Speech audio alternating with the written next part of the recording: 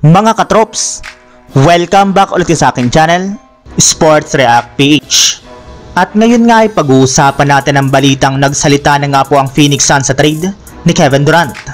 Pag-uusapan na rin nga natin dito sa ating panibagong video, ang balitang bagong Big 5 ng Los Angeles Lakers.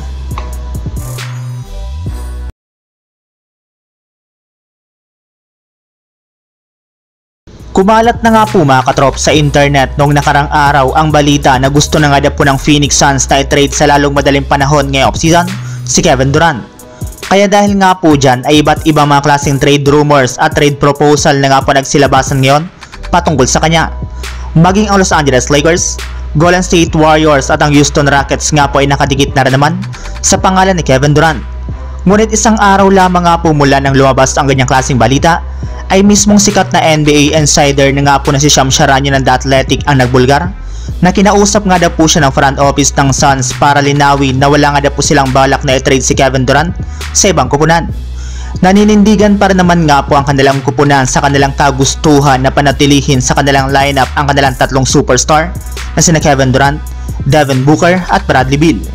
Plano pa rin nga po nila na ipagpatuloy ang kanilang nasimulan at nabuong Big 3 para makakuha sila dito ng kampiyonato sa susunod na season. Samantala, pumunta naman tayo sa ating sunod na pag-uusapan sa balitang bagong Big 5 ng Los Angeles Lakers. Kagaya nga po ng naibalita ko sa inyo mga katrops, sa pagtatapos nga po ng 2024 NBA Draft ay isa nga po ang Los Angeles Lakers sa mga nanalong kupunan dito sa pagkakakuha nga po nila ng at least 4 na bagong players. Una nga po dyan ay ang pagkuha nila kay Dalton Knecht bilang 17th overall pick. Ang pangalawa naman ay ang pinaka-inaabangan nilang player sa buong 2024 NBA Draft na si Bronny James na kinuha nga po nila bilang ika-55th overall pick sa second round.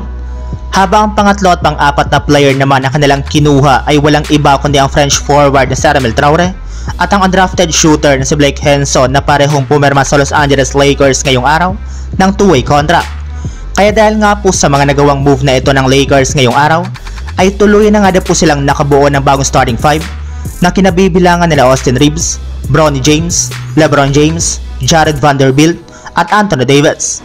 Ngunit ayon na rin naman nga po mga katrop sa nalabas pa lang na balita ng NBA Insider, imposible rin naman nga po na gawing starter ng Lakers si Bronny James, gayong kakailanganin pa nga po nitong mapa-improve ang kanyang performance sa kanilang kupunan. So yun lang mga katrops, ang handog kong story ngayong araw. Sana nag-enjoy kayo, please like and subscribe my YouTube channel, Sports React PH para sa iba pang story at update patungkol sa NBA.